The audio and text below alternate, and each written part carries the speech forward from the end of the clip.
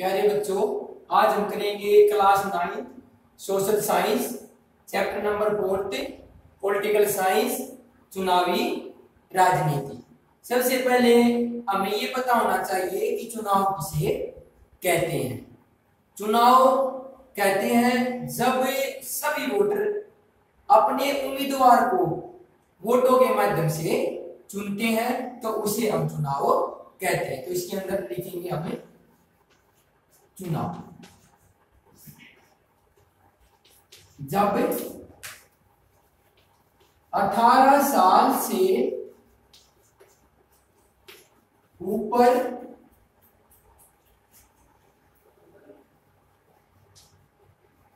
सभी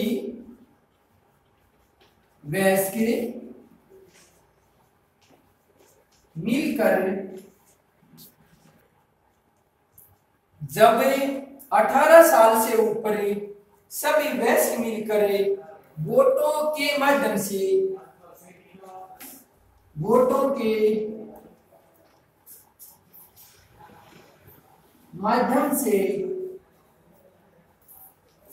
अपने उम्मीदवार को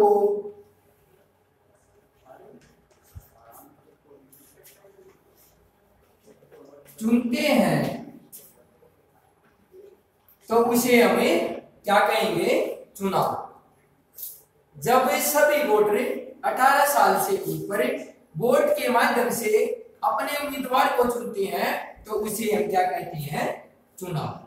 उसके बाद है भारत के अंदर जो चुनाव है वो किस प्रकार होता है या चुनाव की क्या क्या विशेषताएं होती हैं, ये देखिए आप।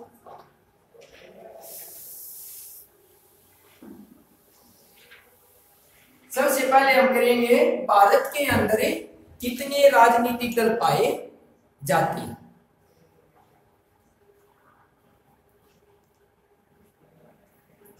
सबसे पहला जो भारत के अंदर जो राष्ट्रीय सदर के दल हैं,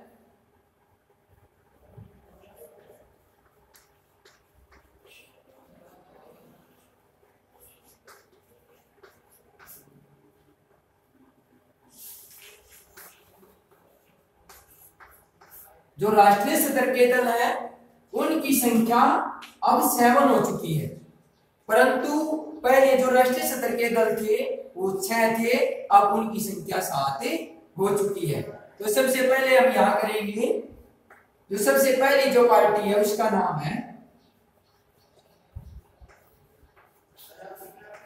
भारतीय राष्ट्रीय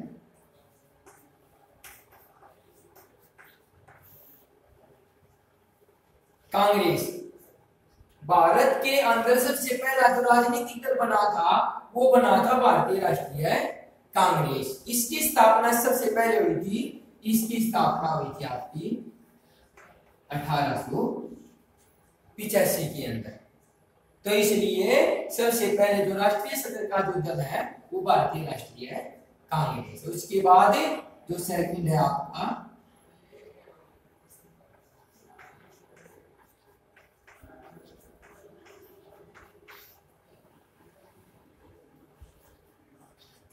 साम्यवादी दल। जो साम्यवाद है वो चीन से प्रेरित है। चीन के अंदर जब साम्यवाद आया और वहां पर साम्यवादी पार्टी की स्थापना हुई तो उससे प्रेरित होकर भारत के कुछ व्यक्तियों ने हमारे देश के अंदर भी साम्यवादी दल की स्थापना की। तो इसकी जो स्थापना है वो आपकी 1924 के अंदर। उसके बाद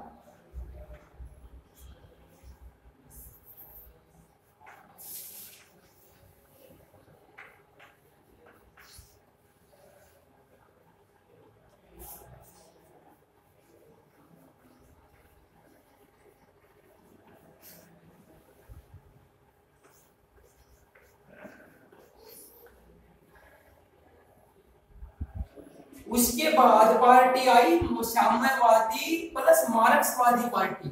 जो साम्यवाद था उसका विभाजन हो गया। ये जो विभाजन था ये हुआ आपका 1964 के अंदर। जब 1964 के अंदर साम्यवादी मार्क्सवादी पार्टी बनी, तो साम्यवादी पार्टी के अंदर जो व्यक्ति थे उनकी विचारधाराओं में टकराव पैदा हुआ। वो टकराव होने के कारण साम्यवादी पार्टी से मार्क्सवादी पार्टी निकल कर आए। तो उसके बाद ये तीन पार्टियां, इसके बाद जो फोर्थ है आपकी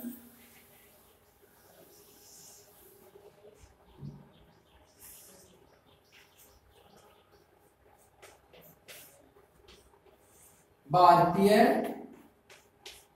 जनता पार्टी। जो भारतीय जनता पार्टी है इसकी जो जड़ें थी वो जनसंघ के अंदर से निकली हैं, क्योंकि सबसे पहले 1951 के अंदर जनसंघ बनाया गया। श्यामा प्रसाद मुखर्जी के द्वारा जनसंघ की स्थापना की गई, परंतु जनसंघ के अंदर भी कुछ व्यक्तियों में विचारधारा का टकराव पैदा हुआ कि उस जो विचारधारा का जो टकराव था वो टकराव सबसे ज्यादा अटल बिहारी जी को पसंद नहीं आया। तो अटल बिहारी जी ने 1980 के अंदर इसकी स्थापना हुई 6 अप्रैल 1980। अटल बिहारी ने भारतीय जनता पार्टी की स्थापना जनसंघ से निकाल कर ये पार्टी बनी है, और 6 अप्रैल 1980 को इसकी स्थापना। और ये आपकी फोर्थ। और जो आपकी फिफ्थ है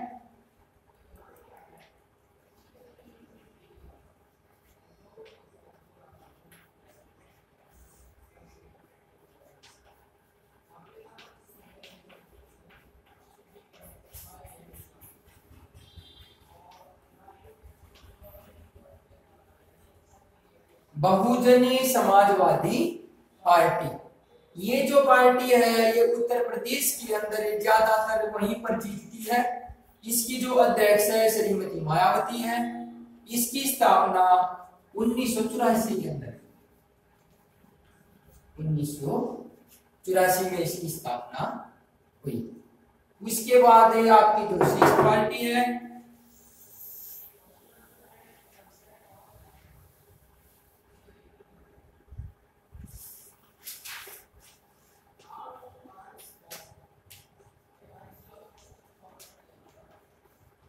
राष्ट्रवादी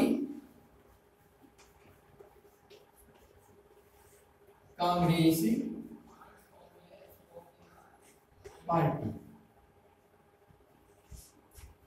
राष्ट्रवादी कांग्रेस पार्टी भी भारतीय राष्ट्रीय कांग्रेस का एक हिस्सा है।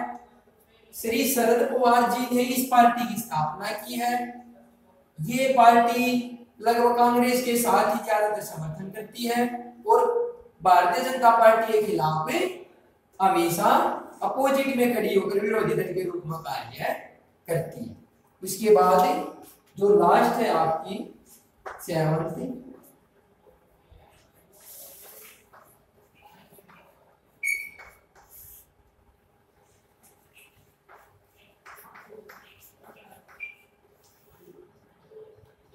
तृणमूल कांग्रेस। ये जो तृणमूल जो कांग्रेस जो पार्टी है ये आपकी पश्चिम बंगाल के अंदर एक कार्य करती है। ममता बनर्जी इसकी अध्यक्ष है। इसकी स्थापना 1999 के अंदर हुई, इसकी स्थापना 1998 के अंदर।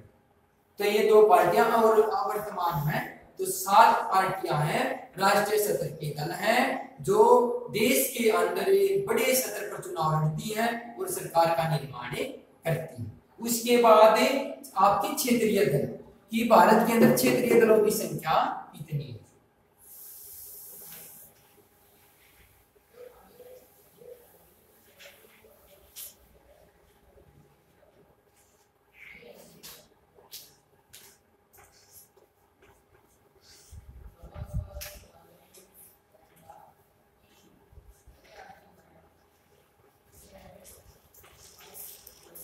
भारत के अंदर जो क्षेत्रीय दल है उनकी संख्या आपकी बुक के अनुसार 54 है, परंतु अब उनकी संख्या 58 हो चुकी है।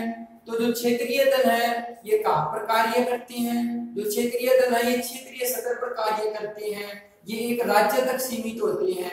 जैसे कि हम लिख सकते हैं इनेलो, इंडियन नेशनल लोकदल। उसके बाद इसका दूसरा जो उदाहरण है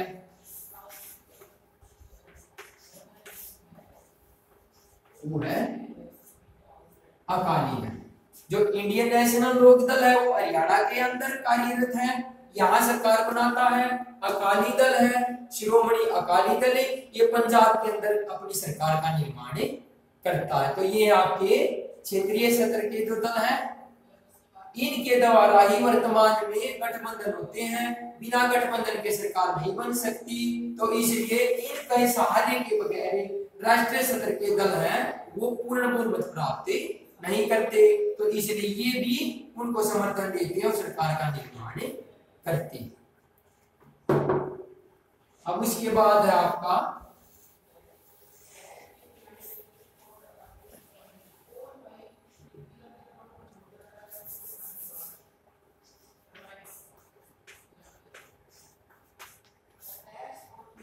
भारतीय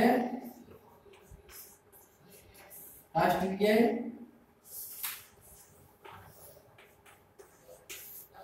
कांग्रेस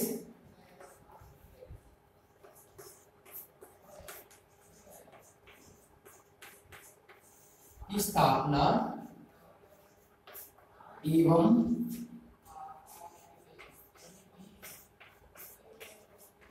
नीति। सबसे पहले भारतीय राष्ट्रीय कांग्रेस की स्थापना एवं नीतियां क्या क्या हैं। सबसे पहले जो स्थापना है वो मैं आपको बता चुका हूं।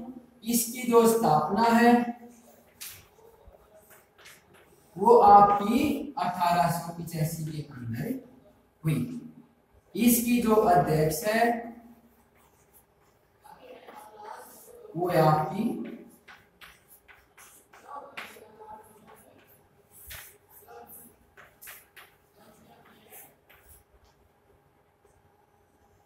इसकी जो अध्यक्ष है वो है आपकी श्रीमती सोनिया गांधी जी। उसके बाद इसका जो चुनाव है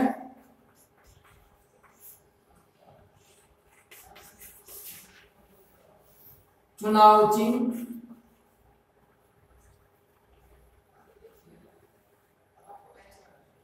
इसका जो हम चुनाव चिन्ह है वो है आपका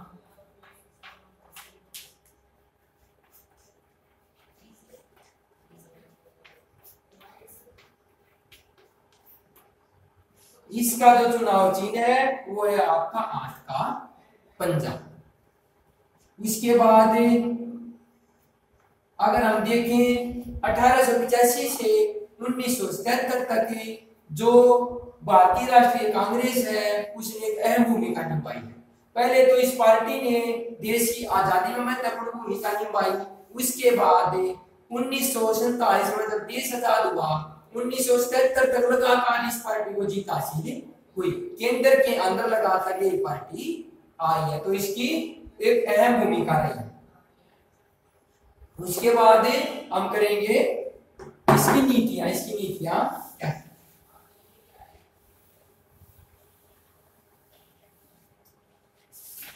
अब है केवल इसकी नीतियां।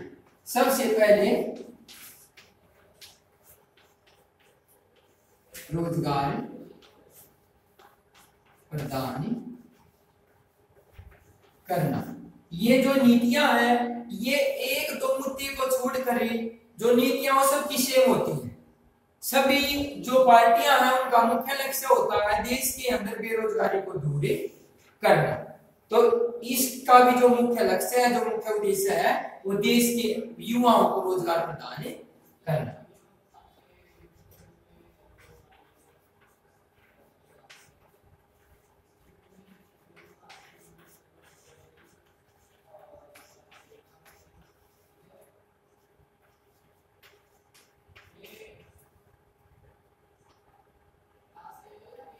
शिक्षा को बढ़ावा देना, इसका जो सेकंड लक्ष्य है वो है शिक्षा को बढ़ावा देना। क्योंकि बगैर शिक्षा कोई भी व्यक्ति अपने अधिकारों का ज्ञान नहीं रख सकता, या व्यक्ति रोज एक अच्छे रोजगार के लिए एक अच्छी शिक्षा का होना अनिवार्य है।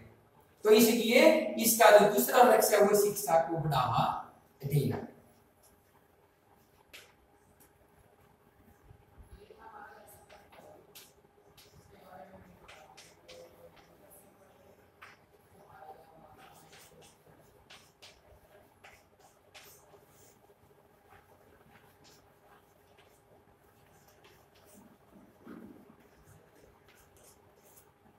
इसका जो थर्ड लक्ष्य है वो स्त्रियों के या औरतों के उत्थान के कार्य करना। औरतों का भला कैसे होगा, किस प्रकार औरत समाज में समान दर्जा प्राप्त कर सकती है, किस प्रकार औरत एक राजनीति में एक अहम भूमिका निभा सकती है। तो जो भारतीय राष्ट्रीय कांग्रेस है वो औरतों के ऊपर बहुत ज्यादा ध्यान देती है ताकि औरतें अपना उत्थान कर सके। उसके बाद ये बोलते हैं ये जो नीतियां हैं, अब इसे कॉमन अगर ले, ये कॉमन रूप में हम क्या कह सकते हैं, सभी पार्टियों की ये नीतियां, सभी पार्टियां इस प्रकार के कार्य करती हैं। उसके बाद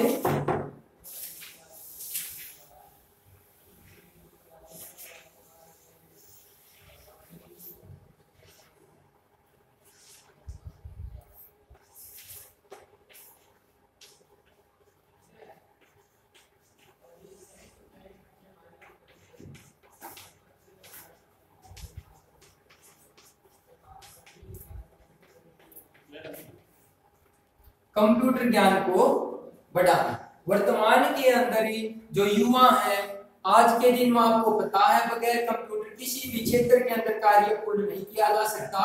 तो भारतीय राष्ट्रीय कांग्रेस चाहती है कि ज्यादा से ज्यादा व्यक्तियों को तकनीकी ज्ञान प्रदान किया जाए और व्यक्ति ज्यादा से ज्यादा रोजगार प्राप्त कर सके। इसके बाद